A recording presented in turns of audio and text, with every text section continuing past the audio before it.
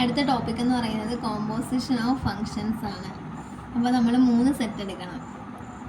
3 set എടുക്കുക എന്ന് പറഞ്ഞു കഴിഞ്ഞാൽ ആദ്യത്തെ സെറ്റ് എ, രണ്ടാമത്തെ സെറ്റ് ബി, മൂന്നാമത്തെ സെറ്റ് സി. അങ്ങനെ നമ്മൾ 3 സെറ്റ് എടുത്ത് എന്നിട്ട് ഇവിടെ നിന്ന് ഒരു ഫങ്ഷൻ എടുത്ത്, അതായത് ജി എന്ന് പറയുന്ന ഒരെണ്ണം എടുത്ത്. അപ്പം ഇവിടെയുള്ള എലമെൻറ്റ്സ് നമ്മൾ എ എന്നും വിളിച്ച് ഇവിടുത്തെ എലമെൻറ്റ്സ് നമുക്ക് എന്ന് പറയാം ജി ഓഫ് എ എന്ന് പറയാം. അതായത് ഈ എയുടെ ഇമേജസ് തന്നെയാണ് നമ്മൾ ജി ഓഫ് എ എന്ന് എഴുതുന്നത്. അല്ല, let g be a function. G എന്ന് പറയുന്ന ഒരു ഫംഗ്ഷനാണ് എവിടെ നിന്ന് എവിടോട്ടുള്ള, ഫ്രം എ ടു ബി, എയിൽ നിന്നും ബിയിലേക്കുള്ളൊരു ഫംഗ്ഷനാണ് നമ്മൾ ജി എന്ന് വിളിച്ചത്. ഇനി നെക്സ്റ്റ് ഇവിടെ നമ്മൾ ബി ടു സി, ബിയിൽ നിന്ന് സിയിലേക്കുള്ള ഫംഗ്ഷനെ നമ്മൾ എഫ് എന്ന് വിളിച്ച്. അന്നേരം ഇവിടുത്തെ ഫംഗ്ഷൻ, ഇതിൻ്റെ ഇമേജ് എങ്ങനെ വരും, F of g of A എന്നായിരിക്കും ഇവിടുത്തെ ഇമേജ് വരുന്നത്. എന്നിട്ട് നമുക്കിതിനെ മൊത്തത്തിൽ എന്ന് വിളിക്കാം. അതായത് കോമ്പോസിഷൻ എന്ന് പറഞ്ഞു കഴിഞ്ഞാൽ ഈ എഫിൻ്റെയും ജിയുടെയും കൂടി കോമ്പോസിഷനെയാണ് നമ്മൾ കോമ്പോസിഷൻ ഓഫ് ഫങ്ഷൻസ് എന്ന് വിളിക്കുന്നത്.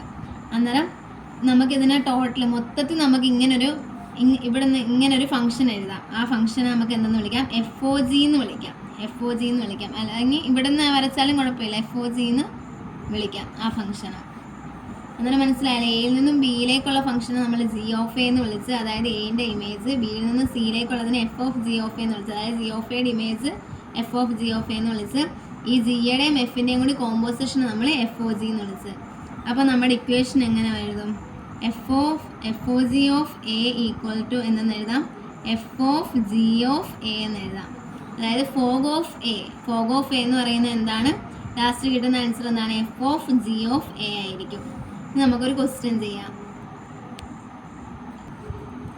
ക്വസ്റ്റ്യൻ എന്ന് പറയുന്നത് let g be a function from the set A B C to itself such that g of a equal to b, g of b equal to c, g of c equal to a. Then f be the function from the set A B C to set 1 2 3 such that f of a equal to 3, f of b equal to 2, f of c equal to 1. Find f o g and g of f. അന്നേരം f എന്നും g എന്നും പറയുന്ന ഒരു function ഉണ്ടെന്ന് നമുക്ക് മനസ്സിലായി. അപ്പോൾ നമ്മൾ ആദ്യം നേരത്തെ വരച്ചതുപോലെ തന്നെ നമ്മൾ 3 സെറ്റിനെ എടുക്കണം ആദ്യം. അതാണ് first condition. A B C 3 എടുത്ത് ഇതിനകത്ത് ജി എന്ന് പറയുന്നൊരു ഫംഗ്ഷനാണെന്ന് നമുക്കറിയാം. നമ്മൾ ജി എന്ന് പറയുന്നൊരു ഫംഗ്ഷൻ എടുത്ത് എഫ് എന്ന് പറയുന്ന ഫംഗ്ഷൻ എടുത്ത് ബിയിൽ നിന്ന് സിയിലേക്കുള്ളതിന് എഫ് എന്നും എടുത്ത്, എന്നിട്ട് ഫസ്റ്റ് സെറ്റിനകത്ത് എന്താണ് എ ബി സി ആണെന്ന് പറഞ്ഞിട്ടുണ്ട്. അന്നേരം എ ബി സി, എന്നിട്ട് അതിൻ്റെ ഇമേജായിട്ട് വരുന്നത്, ഇവിടെ നമ്മൾ ജി ഓഫ് എ എന്നല്ല എയിൻ്റെ ഇമേജിനെ വിളിച്ചത്. അന്നേരം അവിടുത്തെ ഇമേജായിട്ട് വരുന്നത് എന്തൊക്കെയാണ്, അവിടുത്തെ ഇമേജിനകത്തും ഏതൊക്കെ വരുന്നുണ്ട്, എയും വരുന്നുണ്ട്, ബിയും വരുന്നുണ്ട്, സിയും വരുന്നുണ്ട്. അന്ന് നമ്മൾ ആദ്യം അതിനെ എടുത്തെഴുതി. എന്നിട്ട് ഇമേജിനെ നോക്കണം. ജി ഓഫ് എ എന്ന് പറയുന്നത് ബി ആ. അന്നേരം ബിയിൽ നിന്നും ഇമേജ് തന്നിരിക്കുന്നത് g of a equal to b എന്നാണ് തന്നിരിക്കുന്നത്. അപ്പം എയിൽ നിന്നും ഈ എ എന്ന് പറയുന്നത് നമ്മുടെ ഫസ്റ്റ് സെറ്റിനകത്തുള്ളത്, അതിൻ്റെ ഇമേജാണ് ബി എന്ന് പറഞ്ഞിരിക്കുന്നത്. അപ്പോൾ g of a equal to b, ബിയിലേക്ക് നമ്മൾ വരയ്ക്കണം. Next g of b equal to c, ബിയുടെ ഇമേജ് എന്ന് പറയുന്നത് ഏതാണ്, സി ആണ്. അപ്പോൾ സിയിലേക്ക് വരച്ച്. Next g of c equal to a, സിയുടെ ഇമേജ് ഏതാണ്, എ ആണ്. അന്നേരം അങ്ങോട്ട് വരച്ച്. ഇനി നെക്സ്റ്റ് സിയുടെ സെറ്റ് തന്നിട്ടുണ്ട്. Function from the set A b സിയിൽ നിന്നും 1 2 3 പറഞ്ഞിരിക്കുന്നത്. അപ്പോൾ 1 2 3 എന്നിട്ട് തന്നിട്ടുണ്ട്. F of a equal to എന്താണ്, 3 ആണ്. F of a equal to 3 എന്ന് തന്നിട്ടുണ്ട്. Next f of b equal to 2 ആണ്. F of c equal to 1. അതിനെല്ലാം അങ്ങോട്ട് വരച്ചു. ഇനി എന്താണ് നമ്മുടെ അടുത്ത് കണ്ടുപിടിക്കാൻ പറഞ്ഞിരിക്കുന്നത്, എഫ് ഒ ജിയും കണ്ടുപിടിക്കണം, ജി ഓഫ് എഫും കണ്ടുപിടിക്കണം എന്ന് പറഞ്ഞിരിക്കുന്നത്. അന്നേരം എഫ് ഒ ജി ഓഫ് എനെ എങ്ങനെ എഴുതാമെന്ന് നമ്മൾ പറഞ്ഞായിരുന്നു, F of g of a എന്ന് എഴുതാൻ പറ്റും. F o g of a എന്ന് പറഞ്ഞാൽ f of g of A ആണ്. അപ്പോൾ എഫ് ഒ ജി ഓഫ് എനെ നമ്മൾ എങ്ങനെ എഴുതണം, F of g of a എന്ന് എഴുതണം. അങ്ങനെ F of g of a എന്ന് എഴുതുമ്പോൾ നമുക്ക് എന്തെന്ന് കിട്ടും, എഫ് ഓഫ് ബി എന്ന് കിട്ടും. അതായത് അത് ഈക്വൽ ടു എന്താണ്, 2 ആണ്. ഇത് വന്നേക്കുന്ന മനസ്സിലായല്ലോ. F o g of a എന്ന് പറഞ്ഞാൽ f of g of a എന്ന് വന്ന്, ഈ f of g of a എന്ന് പറയുന്നത് നമ്മൾ ഇവിടെ എഴുതിയതായിരുന്നു, f of g of a. അതായത് ഇവിടുത്തെ ഇമേജ്, ഈ ബിയുടെ സെറ്റിൻ്റെ ഇമേജാണ് സിയിൽ വരുന്നത്. അപ്പോൾ F of g of a എന്ന് പറയുന്നത് ആരാണ്, എഫ് ഓഫ് ബി ആണ്. എഫ് ഓഫ് ബിയുടെ ഇമേജ് ആരാ വന്നിരിക്കുന്നത്, 2 ആണ് വന്നിരിക്കുന്നത്. അങ്ങനെ അടുത്ത എന്താണ്, f of g of B. Fog of b എന്ന് പറഞ്ഞാൽ നമ്മൾ അതിനെ എങ്ങനെ എഴുതണം, F of g of b എന്ന് എഴുതണം. അങ്ങനെ F of g of b എന്ന് പറയുമ്പോൾ അതാരാണ്, എഫ് ഓഫ് സി ആണ് വരുന്നത്. എഫ് ഓഫ് സി ആണ് വരുന്നത്. അത് ഈക്വൽ ടു എന്താണ്? 1 ആണ്. ഇനി next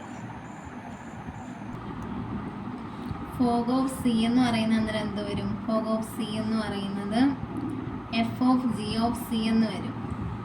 f of g of C എന്ന് വരും. അത് ഈക്വൽ ടു എന്താണ്? എഫ് ഓഫ് എ ആണ്. അത് ഈക്വൽ ടു എന്ന് കിട്ടും 3 എന്ന് കിട്ടും. ഇതെങ്ങനെ എഴുതിയെന്ന് മനസ്സിലായോ? Fog of A, fog of a എന്ന് നമ്മൾ F of g of a എന്ന് നമുക്ക് എക്സ്പാൻഡ് ചെയ്ത് എഴുതാം.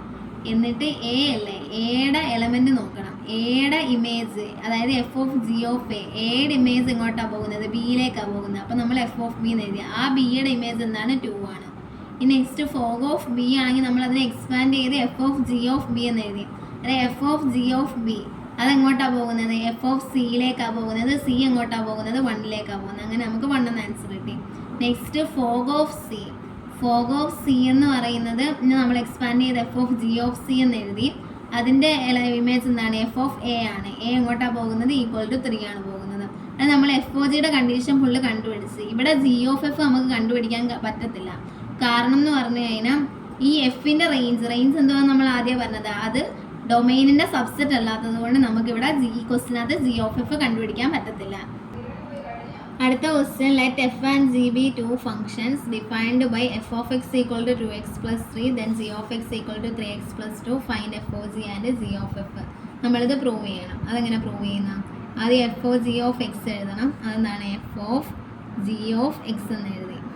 ഈക്വൽ ടു നമ്മൾ ആദ്യം ഈ ബ്രാക്കറ്റിനകത്തുള്ളതിൻ്റെ വാല്യൂ ഇട്ട് കൊടുക്കേണ്ടത്. അപ്പോൾ എന്താ പറയുക? F of g of X അല്ലേ അകത്ത് കിടക്കുന്നത്. അപ്പോൾ ജി ഓഫ് എക്സിന് ഇട്ട് കൊടുക്കണം.